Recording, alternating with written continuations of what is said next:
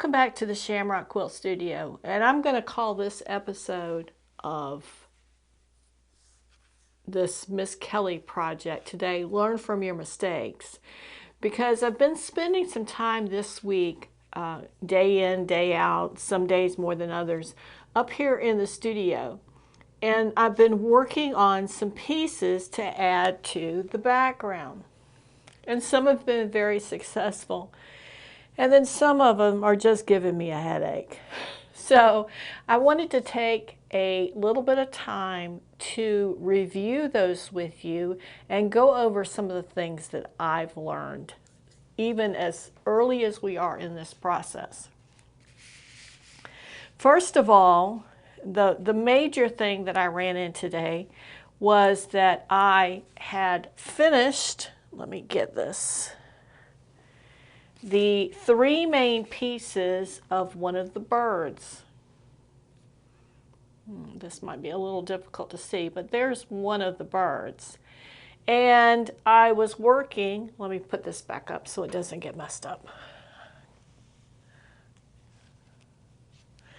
I was working on the companion bird, and you know, everything, or most everything in this design, they're mirror images of each other, and when you're working with applique and mirror images, they just get kind of mixed up in your head.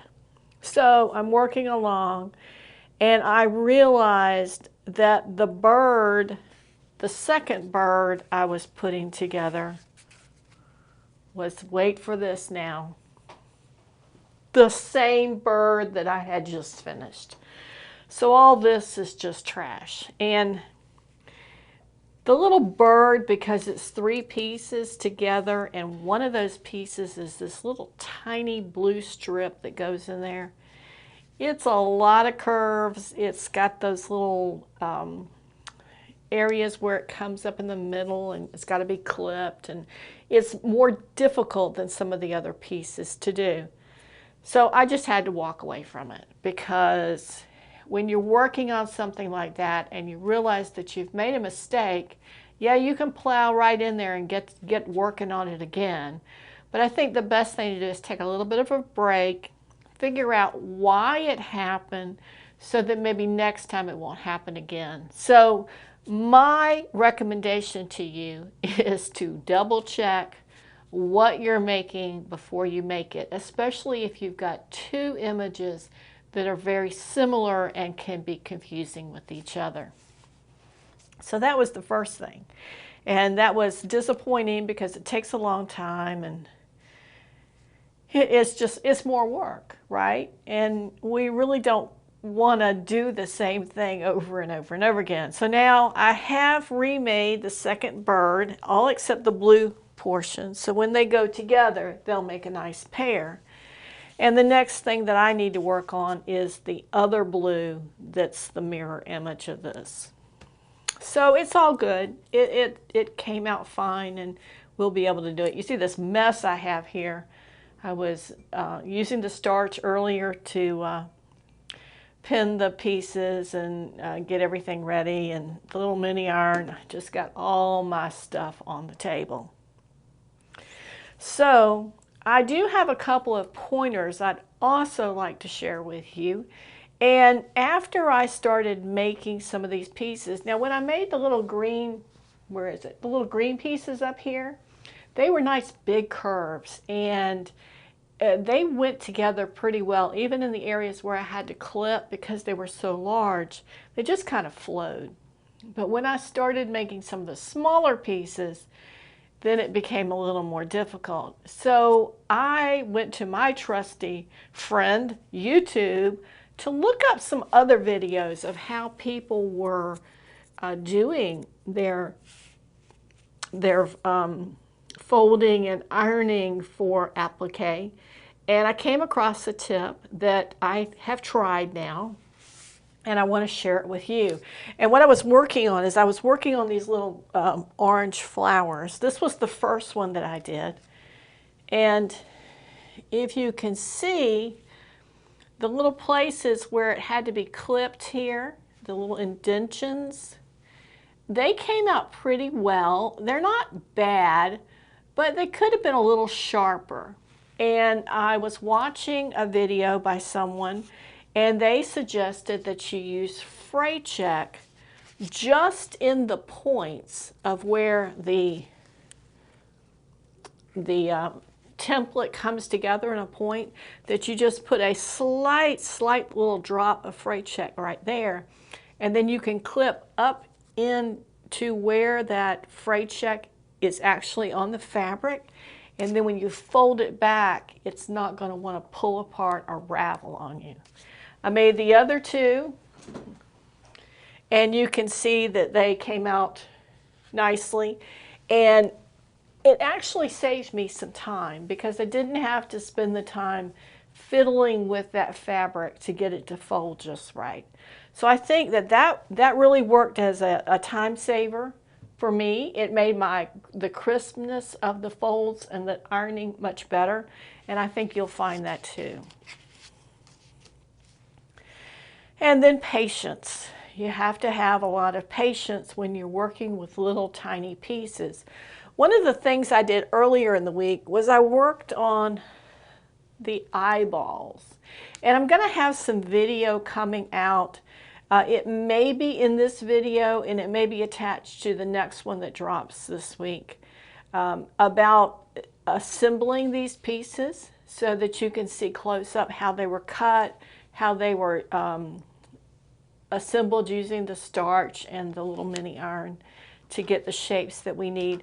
And then I think there's some film there too about how I pinned them together and connected them as a unit. Like these flowers, for example, this is 3 separate pieces of applique that have been laid on top of each other, and they're already sewn together. So this will be 3 pieces that will be sewn onto our background in one line of stitches. So we're pre-assembling some units to be able to move them there more quickly instead of having to applique the little circle onto the middle circle onto the flower petals every time on the big piece, where you're doing it on the little piece, so we only have to wrinkle this up one time. And the final tip I have for you is when I was assembling the birds, what I found most helpful, because these are darker fabrics and we have some areas, you can see on there, where the template does not come all the way up to the edge of the fabric. We're taking advantage of the fact that one is going to lay on top of the other. But getting those to line up and trying to look through a light to make sure they're in the right place, because this one would go kind of like this, I used a light box and I set the pattern that I had. You could use the smaller one or you could use the big one that you have on top of the light box, and then I laid the pieces down one by one and pinned them into place. And that was very helpful as well. I know that I said when we started about supplies for this that you wouldn't have to have a light box, and you still don't have to. You could use a window and have the light coming in through the window to do the same thing. Or even if you had a lamp that you could hold it up to, if it's small enough, you could do that. And you would do that on the ones that were very particular about where they needed to go, versus just something like this where it just needs to go in the center. It doesn't matter exactly how it's turned or anything. The point of this is just that those 2 circles are inside those orange petals.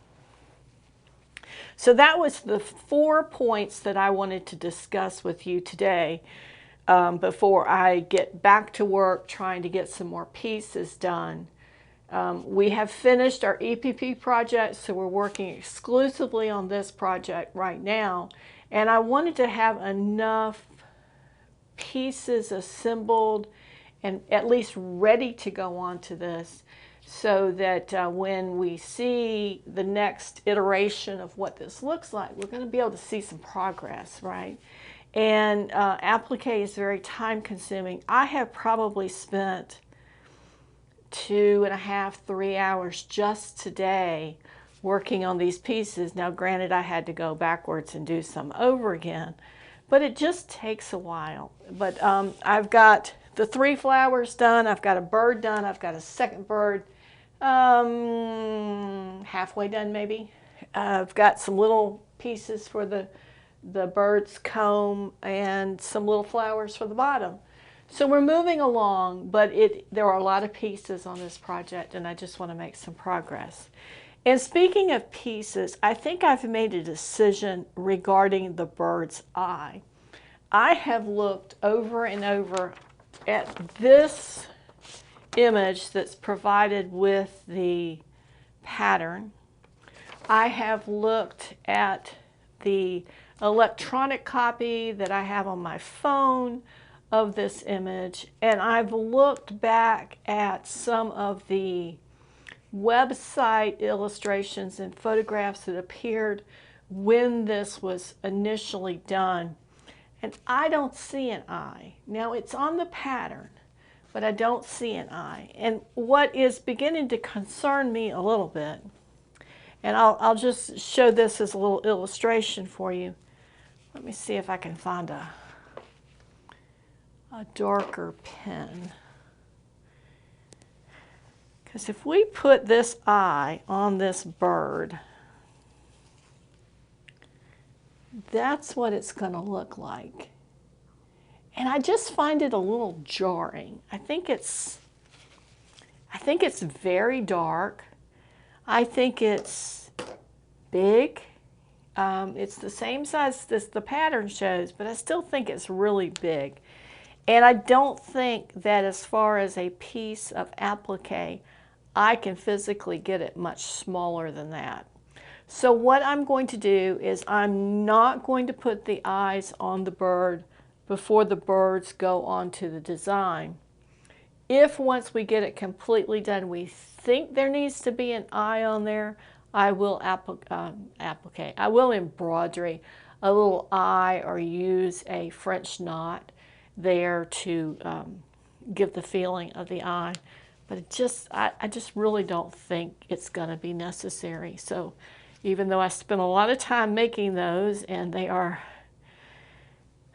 a bit of a pain, to be honest with you, because they're so tiny, and trying to stitch around that circle and fold it in and starch it was quite a little job. So we've got them if we need them. I just don't think we're going to use them. And now what I'm going to do is I'm going to try to clean up this mess some.